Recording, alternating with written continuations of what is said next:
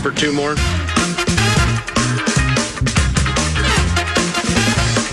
to noon.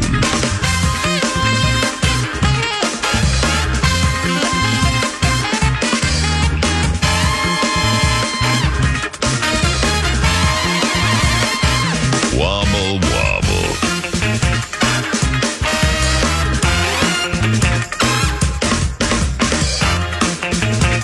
What did you and Star Tribune cohort Michael Rand discuss on the podcast that you guys recorded today? And good morning. Yeah, we tape every Wednesday, and so then he parses it out, one subject on Thursday and one on Friday, one on Saturday. So we talked about Kirill Kaprizov.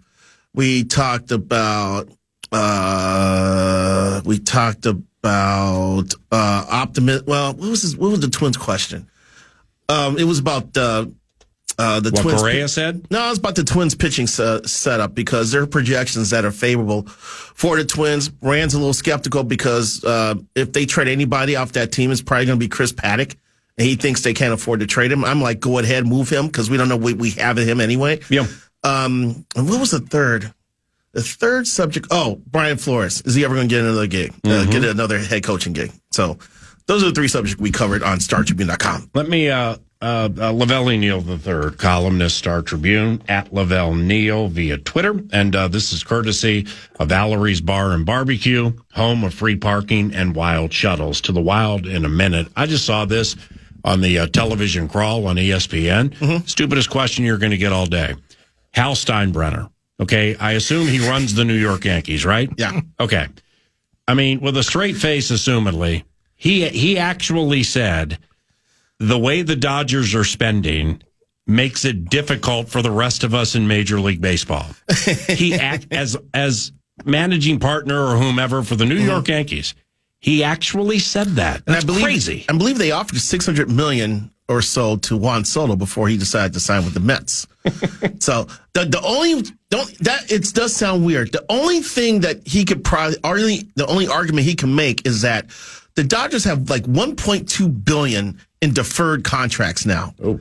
And usually deferred contracts is what gets baseball into trouble here. And so he may be relating to that, but I mean. But these owners do sound hilarious. I mean, Jerry Reinsdorf says, I need a new stadium because now players are signing for $700 million. And all of a sudden, he wants a new stadium, and he wants to buy the lakefront. And when he could have had he could have had the current Comiskey Park built by the lakefront, but he didn't want to. Wow. So now he wants to go there. Comiskey Park by the lakefront. It would have been the bomb. That was a thing? Yeah. Oh, geez. I'm sorry I missed that. Because where they are now, kind of by Hawthorne Racecourse, right? No, it's just south side of Chicago. 35th Street. Yeah. We're off to Dan Ryan. Well, it's not exactly super close to the water. No, it's not. You can get to the water in about 10, 15 But how do you get minutes. the property? The property would have been south of Soldier Field. Okay. Along the lakefront in that area. Mm-hmm. So he had a shot. He also had a shot building what ended up being Camden Yards in Baltimore. He said, no, I just want a regular ballpark. And so, why is that not a regular ballpark? What, Comiskey?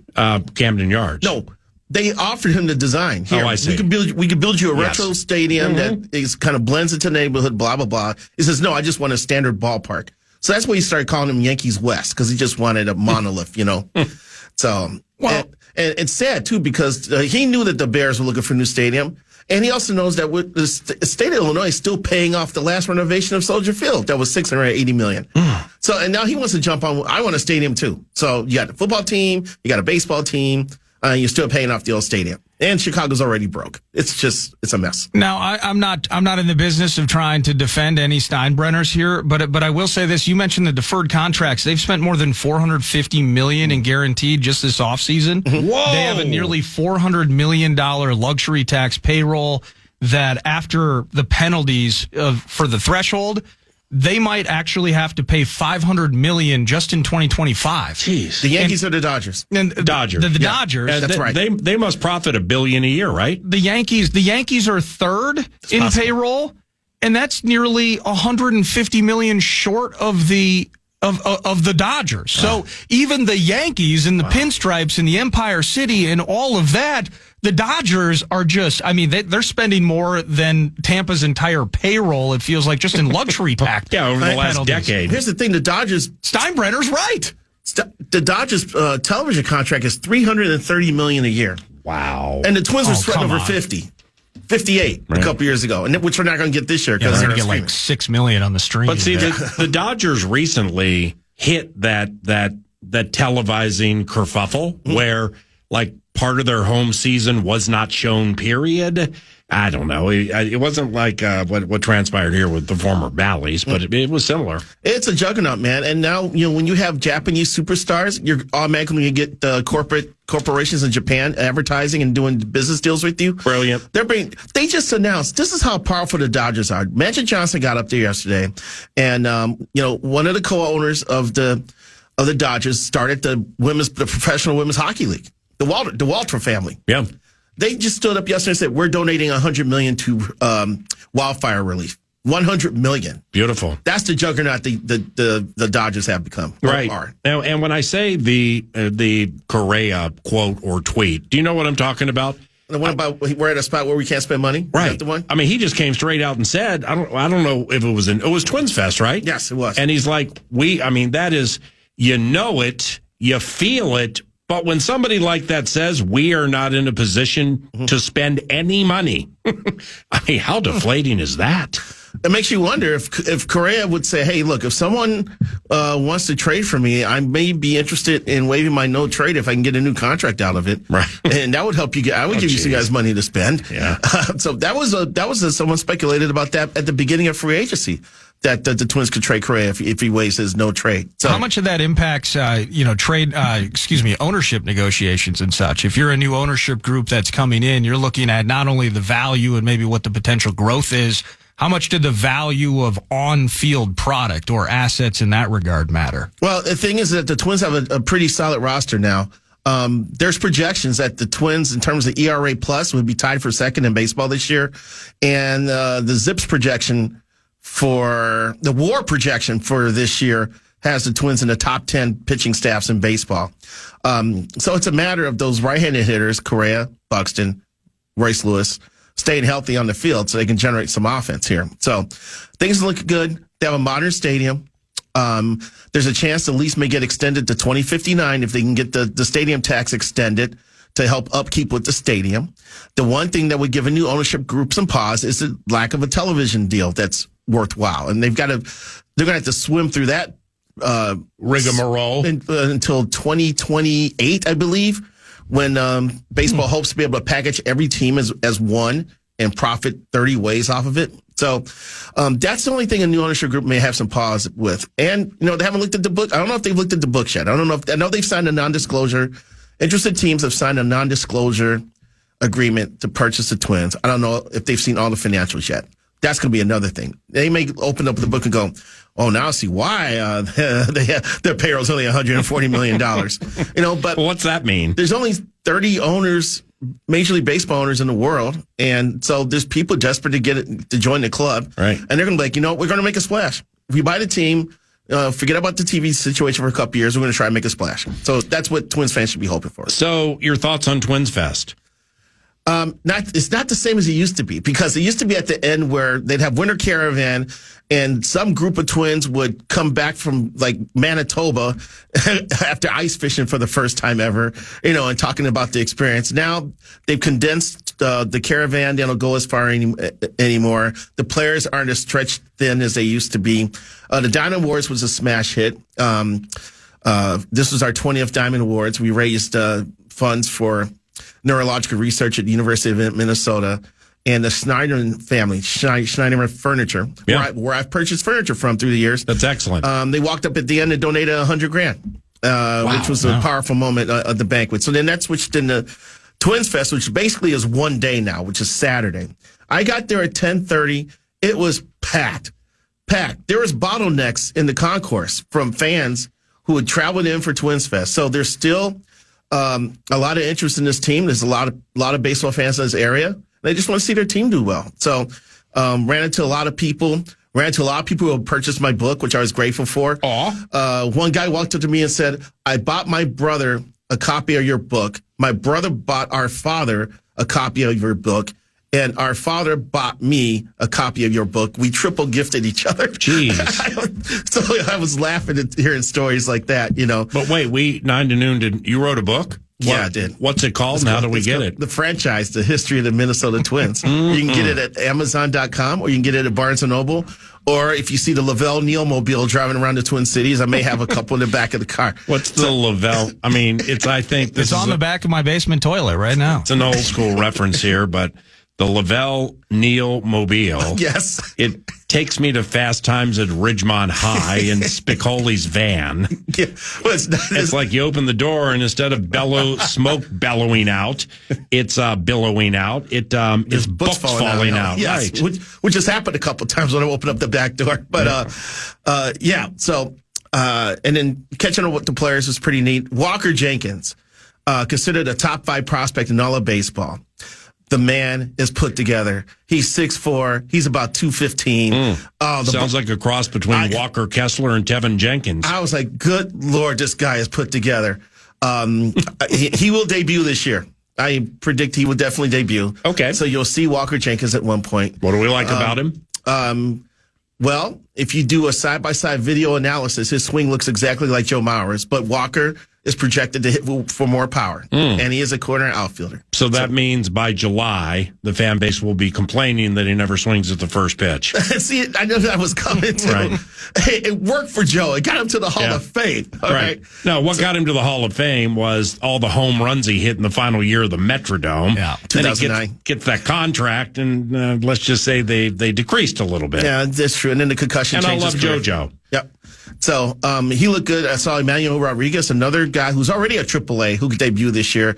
They say he's 5'11". I doubt that. He looks more like 5'10", 5'9". But the best thing coming out of Twins Fest was that, except for Brock Stewart, who had shoulder surgery and will be watched during the early part of spring training, everybody else is on a natural progression to opening day. Once camp opens, there's no one that has to watch some owie or some injury or something they pulled or tweaked late in the season has not lingered on. Byron Buxton looks fantastic. Correa said his feet are in a good spot. I guess he walked around his house barefoot all off season. I guess they help strengthen the feet or something. I never heard that one before. But Buxton talking so happy about just having a normal off season was a good sign. Royce Lewis was not there. He recently got married. And so he was still, I think he was toward the end of his honeymoon last week during Twins Fest. But apparently he's in good physical condition too. So that's a good start. You just hope that it continues here, because it seems like athletes in this town end up breaking down, especially when their teams are doing well. See Cousins, Kirk, see Kaprizov, Kirill. So with Lavelle, columnist Star Tribune, we thank Gallery's Bar and Barbecue, home of free parking and Wild Shuttles. Shuttle, shuffle, shuffle, shuttle. The Wild are now having to shuffle through the roster again with Kaprizov and the lower body injury and the surgery. What do you think about all that? I'm worried because I thought the Wild did as well as it could without him for a stretch and with some other people, because Spurgeon was out for a while as well. Eck was out for a while, and they were still being competitive and getting a few W's here. It seems like the stress test has been the last 2 or 3 weeks here with the squad, especially the head scratching losses at home. You know, when they look like, when they just go on and get boat raced at times.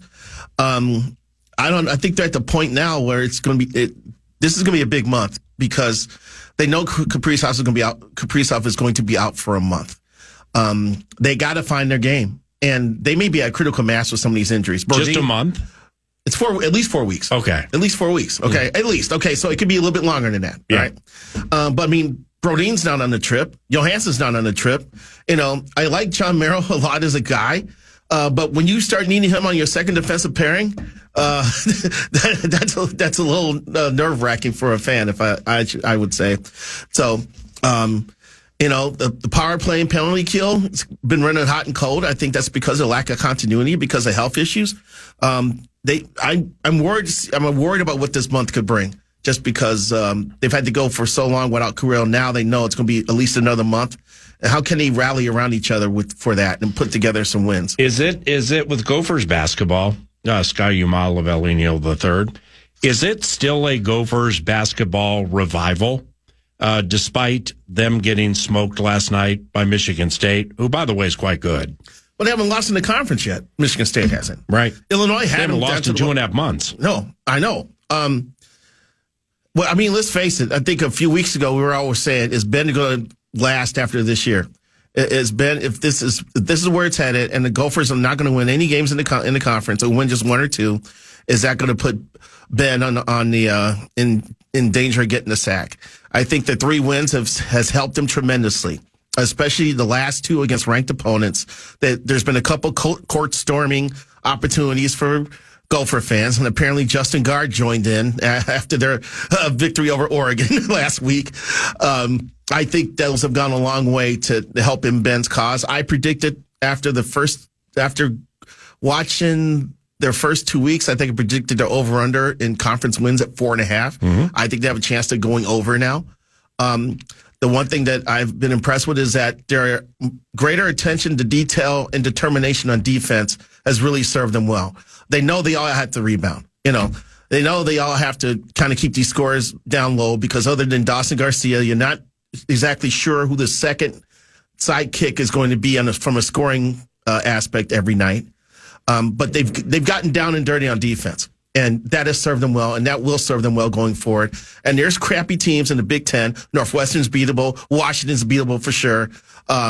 They can get a few more conference wins and build some momentum before the conference tournament. So I think Ben is going to get a chance to coach again next year, I think, because you can see how the team has gotten better since the beginning of the year, and that's a big key to show that your improvement instead of losing a team. Right. Because things can go pear-shaped and guys can give up and start looking at the portal. Well, first of all, they got a bunch of seniors, so they can't look at the portal. Yeah. So they've decided, let's just rally for each other and try to win some games here, and it looks like it's working. Is Coy Parrish to the side, and what that freshman has said, and I happen to believe him, about dedication to the program, being a Minnesotan and wanting to be part of whatever turnaround or ascension with the Golden Gophers football program with which he can help. Him to the side. It's with Gophers football and basketball. I always would just keep in the back of my mind, if somebody gets really good, I mean, you got to start sweating them leaving like ASAP. I mean, it's almost, in essence, you hit on somebody, a freshman or redshirt freshman, and it's working, but then you just gotta start thinking, who's going to come poaching and why? You know what I mean? And here's the dilemma for a coach like Ben Johnson, is that you may get whatever NIL money you have or have access to. Do you use it on incoming freshmen? Do you hold on to it and try to use it for retention? For recruitment or retention? Which one are you going to use that pile of cash for? Right. And Ben may be looking toward more retention than recruitment. Fortunately, he had someone like Dawson Garcia who turned down more money. Definitely turned down more money to stay with the Gophers. I'm sure Coy Parrish, or should I say Travis Parrish, or should I say Coy Hunter, probably getting some offers too that he's rejected as well. So he's down for the program. Yeah. So that's going to be the challenge for coaches like Ben going forward. There is revenue sharing coming starting with the 2025-2026 school year, but no one knows how that's going to break down. Football's going to want X amount. How do you divide the money up between sports? And there was a report about a week and a half ago about how Title IX needs to be held in regard to this revenue sharing. So how does that bite into what every team, every school, every player is going to be able to receive? There's a lot of unanswered questions through all this. And it's just tough. If you are trying to break through with a program and you're not a blue blood and you're trying to just slowly, step by step, inch by inch, improve your program like the Gophers are, there are more potential potholes than there used to be. The Guardsy squad, the Gophers women's team has gotten quite good, right? Yes. I think the team's ranked. They've been ranked, and they've been on a roll. Damn. Don Plitzewhite, who, I didn't know about her when she was hired, but I have a friend who used to coach. My friend used to be the coach of the Columbia women's team who knew her, and she says she would do a good job in Columbia, Minnesota. New York? Yes. Oh, wow. Yeah. She sells. She's in corporate real estate now. Of course she is. And so, but she was like, I know Dawn. She's going to do a good job there. You watch. And she's built the program up despite injuries. Despite like the best player being injured, they're still getting it. They're still getting it done, and they're getting contributions from local recruits as far, in addition to people coming from outside the area.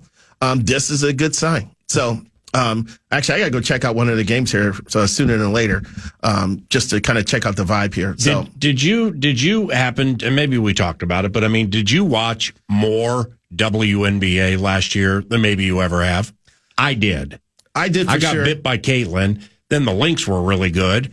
And then now Friday nights, I'm getting home from the racetrack, finding Ion, and I'm watching like Seattle play Las Vegas. And I really got into it. Did you? Yeah. It started when the Big Ten Women's Champion, the Final Four was here. Yeah. And the Big Ten Women's Championship. And that's when I watched Caitlin Clark in person.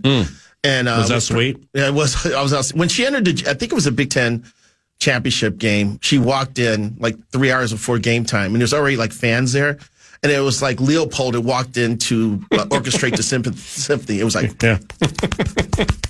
Right. I'm preparing for this for this performance here. I'm about to give for all of you. So, and plus I was on, down the stretch, I was at a bunch of Lynx games and covered them extensively during the postseason, during that postseason run. So, I mean, the talent level in the league has gone up.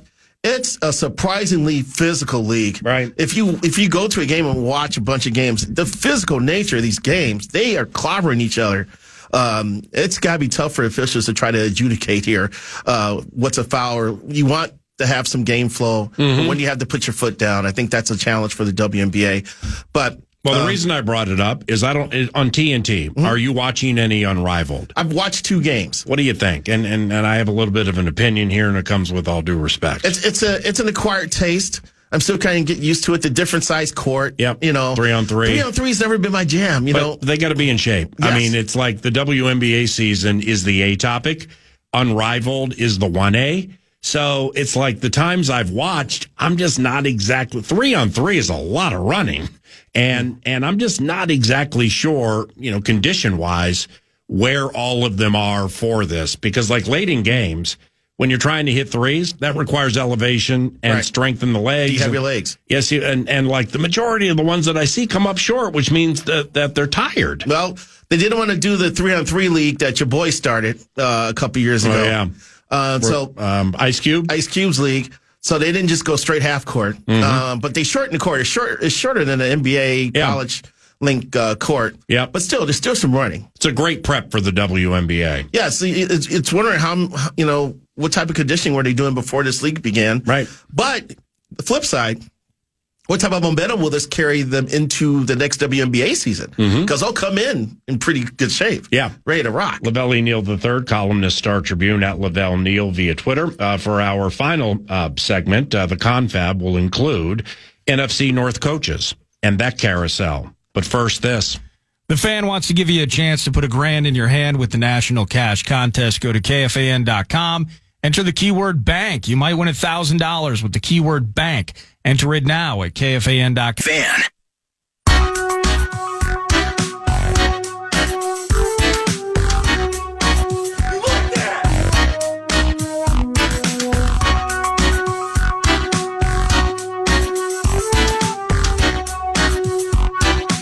Wobble, wobble, wobble, wobble, wobble. I don't know if being catfished is the right way to describe it, and it wouldn't be the first time if I looked at like what I thought would be a reliable Twitter account and then like went with something without completely vetting it out. And in fact, I put something on Twitter, I think 1.5 years or 2 years ago, from a fake Adam Schefter account. Oh, that one. Well, fortunately, my guy Nordo, I'm in Key West, Florida. Okay, I'm in Key West, Florida. It's probably 10 o'clock at night there, 9 here. Nordo calls me. I mean, we never call each other. It's all text, like most people. And then he tells me, you got is catfish the right word? You got duped. Yeah, duped, catfish. Yeah. That's all good. Yeah, by a fake Shefty account on something that I commented on. I wish I remember what it was, too, because it was enough where it was simply not, unretweeting it. Like, that could not sit there for another hour. You still to gotta check the point where you're down there. I don't know if it's Fantasy Fest or what's going on down in the Keys, but you're having a great time. Right. Just check these followers, man. The followers are the giveaway. I have to interrupt you. I have to. I have to step in on your vacation for a moment. Well, it may have happened again. May have happened last week. Because I saw something that I thought was reliable, and it flat said, as NFC North coaches go, it flat said Ben Johnson had a comment to the Chicago Bears employees that was cut out of a video where he said, "I told you I'd be here sooner than later." All right? Right. Well, I brought that up to Mike Florio this morning, and he's like, "Where'd you see that?" Well, I knew I was dead. I knew I got capped. I'm like, I'll look for it and, maybe I'll send it to you. So, man, okay, I'm the idiot for falling for it.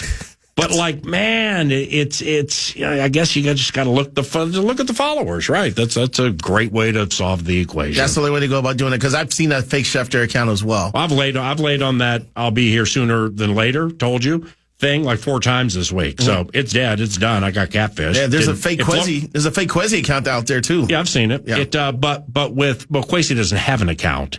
So as far as you know. I know. Yeah, he doesn't have one that's like his. O'Connell has one. No, Falvey and Levine both had Twitter accounts, but they wouldn't put their name on it. It'd be like some pseudo name. So yeah. Well, everybody's done that. Yeah, the no avatar, Bobby Joe, 5, 6, 7, 8, 9, 10, something like that. Yeah. Now with I can't find that quote, by the way. I look for it. Believe me, when Florio was gone, I spent all 5.5 minutes looking for it. Couldn't find it. Got catfish. Let's move on with our lives.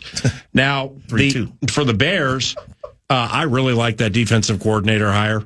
Dennis Allen's no joke, man. He's really, really good at what he does. Now, the thing about he's credible. Now he's had 2 chances as a head coach to have flamed out. Ben Johnson was quoted as saying with Dennis Allen, "We think we'll be better than the 85 Bears." I don't remember him saying that. What account you see that on? No, it's just, but he was trying to win approval with so many things he was saying.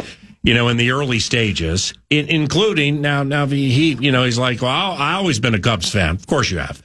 You're fist bumping Michael. Yeah, of course you've always been a Chicago. Well, he actually has. There were pictures I found of him and his family on the field at Wrigley from like 5 years ago. So I'm like, hey, I would have failed that presser because I would have said I grew up watching the White Sox, and someone would say, what about the Cubs? And I would have replied, wait, there's a second team in town? Dad, press conference over. When Ben Johnson speaks at the combine, I ain't going to do it. I'd like to do it, but I'd like to be like, so 2024, when you thought the Bears outside of the Lions were the best team in the division, what exactly did you see in that team or the defense to call it a sleeping giant? And good morning. I know someone also asked him about the fake play. What they call that play? Stumble bum. Yeah. They asked him, was Stumble Bum kind of a way to audition for the Bears job? Yeah. He was asked that at the presser. Yeah. Well, you know how he found it, right? It happened to him. Yeah. The previous season or within the last 2 years, Jordan Love, I think it might have been first game of the year. Yes. He dropped the ball accidentally, picked it up, made the play. So now Johnson with Goff up to the game is like, Jared, how comfortable are you purposely fumbling? Yes. We're going to have Jameer or David dive and fall like they're going for the ball. Everybody's going to react, and then we're going to get a big play out of it. It's called the stumble bum. And Jared's like, I like every part except purposely fumbling. Purposely fumbling. He didn't. He's like, we can't do that. Yeah, but then they did it without the fumble, and it was brilliant. It's diabolical. You look at the play, and all you need is a half second of hesitation from the defender. It's over. He is diabolical. I like that. And he got that, and it was a 6. Oh, it was Jonathan Owens, wasn't it? Yes, Mr. Simone Biles. The shovel from Montgomery to Amon-Ra St. Brown. That's as innovative as you're ever going to see. No. Nobody ever does that, and if they try, it doesn't work. Yeah, so I can't wait to see what he has in store for the Bears offense. But here's the thing, though. DeAndre Swift shoveling to Cole Kmet sounds good. The one thing I'm optimistic about is that he's big on pass protection and protection schemes and protecting the quarterback. So, offensive line play and putting together a sturdy offensive line is going to be sure was great in the divisional round. Job one. For him in Chicago. So I don't care about trick plays. You just surprise me every now and then. And the other thing I like, he's not bringing in the Detroit Lions playbook. He says we're going to rip our playbook down to the studs and rebuild up based on the talent we have here. Right, but I mean, it's going to be this. It's the same but different. You know what I mean? I mean, it's not. He's not going to call it, Blue 65 stumble bum KFAN Tuesday. Here we go. It's going to be 20 Hallis. Yeah, but it's going to be. I mean, he's a fool if he doesn't run versions of those plays. Because the skill set on the Bears offense, they got some high enders over there. Yeah, they just need offensive line, interior offensive line. I think they need a running back. They need a second one. Yeah, because Roschon is a goal line guy, but they need a speed guy or explosive guy. Yeah. Well, DeAndre was explosive this year. I mean, there was one point he led the NFL in touchdowns of 30 yards or more. The thing about Swift that I didn't realize, and their stats to back it up, is that he kicks nearly every carry outside to the point where he won't follow blockers through the middle of the line. So that's his thing. He does not run between the tackles well. Yeah. So I think they could use a compliment. And, after the Bears signed Trey Smith as a free agent guard, they could just run behind him, 10, 12 times a game and get the money that way. I mean, it's, the Vikings and Bears. And the Bears have a little. They have more money under the cap than the Vikings. About $10 million more, though. You guys got some. The Vikings have some cap space, and that's for now, before restructures and all that. But nevertheless, let's say they're on even terms. They are going to be battling for at least a handful of the same players. Trey Smith could be one. Right. I like Trey Smith a lot. Okay, but when you play offensive line for Patrick Mahomes, Tom Brady, Aaron Rodgers, those are 3A topics right there. They help. Well, they know how to cover up the blemishes. Mm-hmm. They're just adroit at recognizing we got a problem here. Well, Andy Reid too. We got a problem here, or a youngster here. So Patrick he's good at covering up things like that, I mean, the guy's good, don't get me wrong. I wouldn't mind having him here. But, I mean, he might get $20 million a year for a guard. You kidding me? Here's the thing about Caleb Williams, too. As much as he was sacked, a lot of those sacks were his fault for holding on to the ball too long. Yeah. And there's stats to back that up, too, that he held on to the ball too long. Now, well, he's afraid to throw interceptions. That's the thing. He is risk-averse. That's why he didn't throw many interceptions during the regular season. Right. But he's got to get in the position where he's got to trust it and let it go. Yeah. So it's on him as well. Well, you know more about him than me because you watch more of it than me. Does he have any gunslinger to him? Gunslinger? I'm saying break the pocket willy-nilly, think Favre, think Mahomes, and I'm going to throw that thing in a tight window. And you know what? It might not work the right way, but over the course of time, I'm going to get those more than I'm going to miss. Based on your job description, no. He can't escape the pocket and make some off-script plays that will excite you. And I guess a couple were in some tight windows and some tight spaces. He did that. And he does have that tool in his toolbox, but I wouldn't call him a full-fledged high-level gunslinger just yet. He had a nice long throw against the Vikings. I think we were going left to right, and it was near side, and he had to roll out and escape pressure. I think it was at Soldier Field. Yeah. So he can do that, but for him to throw, off balance and he's just going to will himself to greatness, we didn't see that this year. There's no doubt about that. He did a couple Mahomes flips early in the season. See, he's part of the generation of quarterbacks, and it always happens. I mean, it's here's Favre, okay? He's with Green Bay. Well, all the kids coming up playing quarterback want to be Brett. And then the next one, say, would be statuesque Brady. That's hard to emulate. Mahomes, all these kids who, when Patrick started winning these Super Bowls, were freshmen in high school or middle school and up. Now they're playing D1 football. They all want to play like Mahomes. And Caleb's a lot like that. Right. And by the way, I have no problems with the Chiefs winning the third consecutive Super Bowl. I'm actually rooting for it. I'm biased because I worked there for 9 years when they were crappy. I watched them when they had Steve DeBerg was a quarterback when I was there. I think Dave Craig followed him. And then it was Joe Montana, Steve Bono, Elvis Gerback. Montana got him to the AFC title game, didn't he? Yeah, that's when they lost to the Bills. One of Bills' 4 appearances. 92-93. Wow. Yeah. Don't forget they had Joe Montana and Marcus Allen in the backfield. Right. So, they went the geezer route and then got him to the AFC title game. Too bad for Marty. So, how about this? And I hope I'm not exposing myself, but Brian Schottenheimer was a high school senior in Kansas City when Marty Schottenheimer called, the head coach at the University of Kansas, and said, "Can you do me a favor? My son wants to be a coach one day, so he doesn't have to. He's not going to compete. But is there a spot on your roster for him so he can just learn about offense?" Was the coach Glenn Mason? Ding, ding, ding. Wow. Back in the Dana Stubblefield days. Yeah. Holy cow. Back in the Chip Hillary days. Yeah, that's an elite story right there. If the Chiefs win, the Chiefs win. If I were spotting up, I would go Eagles, money line, Eagles -3.5, Eagles -7.5. And we'll see how it rolls. We'll see that Eagles offensive line, Saquon Barkley. I mean, how appropriate. The first time he touched the ball. Yeah. He took it to the house. The first time. Spags is of a different variety, but we'll see. You got to play the full game. There are people who don't like him. Like you start naming who are the elite coaches. They go Andy Reid, they go Harbaugh, they go blah, this guy, that guy. Yeah, and he's not in that. They don't consider him in the echelon. Really, he's one of the greatest defensive minds in the history of the NFL. Well, maybe when you're talking about head coaching, I think he had a bad run. Was it St. Louis? Oh, yeah. Like as a head coach, I heard some negative stuff as a head coach. I've never heard anything but it just high end of high end from a defensive coordinator. Very complicated. It's coming to clear now. The disastrous organization that the Saints are, they'll either hire Matt Nagy or Spagnuolo as their next coach. No, Kellen Moore will be that coach before the Super Bowl. I think so. Hey, we'll see you next week, okay? If you say so. If you're around, appreciate you.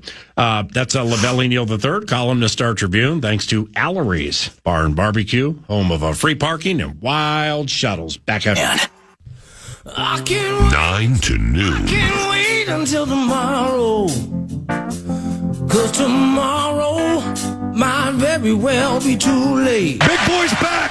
I can't wait until tomorrow, but I can't wait until tonight. I want to see what the Minnesota Timberwolves have for a response to head coach Chris Finch after a victory. And we opened with this yesterday and played back some things that Chris said. And then I read some Anthony Edwards related responses. I like watching the NBA. B, I like watching the Timberwolves. And C, I know how, as we do who follow it, how well the Timberwolves play the Phoenix Suns and just how well they matched up against the Suns. Now, that was the 23-24 version of the Timberwolves. We're now 24-25. No DiVincenzo, no Karl Anthony Towns, plenty of Julius Randle. But for me, the A topic is the sustaining of, quote, the right way to play, boring as it can be, end quote, during the course of the game. And okay, so that's how we're going to watch the game, try to get 4 in a row, 4 Fincho. 4 in a row, 4 Fincho. 4 in a row, 4 Mike Co. 4 in a row, 4 Mike Co. That's the A topic. But how do you come out of the gate? How do you come out of the gate when seriously the alpha on the team, Anthony Edwards, seemed surprised that the team and maybe him were undressed by the coach privately, and then Chris goes to do his press conference, and he's like right out of the gate, the Hawks they didn't make it close, we did. Yeah. And then he starts going down the road of the stars and the best players on the team and what he expects from them. And, I happen to agree with a fair amount of it over the long haul of the season, or what we've seen and what we hopefully will see. But Anthony was like, we couldn't hit shots. So it's like we missed shots. We don't always miss those shots, but we missed a lot of shots. And I'm not saying Anthony was laissez-faire with the situation, but Chris definitely was mad. And now the next one is the most polarizing one in this situation, because if they get punched early by KD or Booker or Beal off the bench, how do they respond? Very, very curious to see that tonight. Doesn't it feel like they rise to this occasion, though? I mean, that's kind of that roller coaster bit that I've seen is they're going to do what they did against the Hawks, and it's going to piss off the coach. It's going to annoy me as a rube, but then they're going to rise with Booker and KD this evening. It's going to be fun. And the Wild play Hockey Immortality, Toronto on the Fan tonight, so make sure to listen to that and to listen to 9 to noon tomorrow. The program is next. I'm Paul Allen. Here comes Nordo with that wrap on the show. Now, what did I do wrong? The game is over. There are many, many positives I can get out of this game. Just listen. Merrill Reese we started the show, we've seen it all. Saquon's one of the best to ever do it, Paul. The task ahead for Spags might be a bit tall. Shipping in on the birds, man, I hope to make a haul. It was stories from Uncle Gary. Kubi acts like a verbal apothecary. Florio finishes the hour in stark contrast. How long will the Saints coaching search last? Weekly chat with John Hines. Team's health in a precipitous slide like Amanda Bynes. Alec Lewis deep in the Vikes intel coal mines. Don't have all the answers yet, but there are signs. Lavelle, the greatest in the columnist sector. He's my favorite pole lad pocket protector. I say that in love, a sarcastic smirk. He'll be the first to tell you, though, solo journeys have their perks. I love it, baby. Woo! Podcast today's Paul Allen Show, or listen back to previous show and interviews by going to the iHeartRadio app or KFAN.com.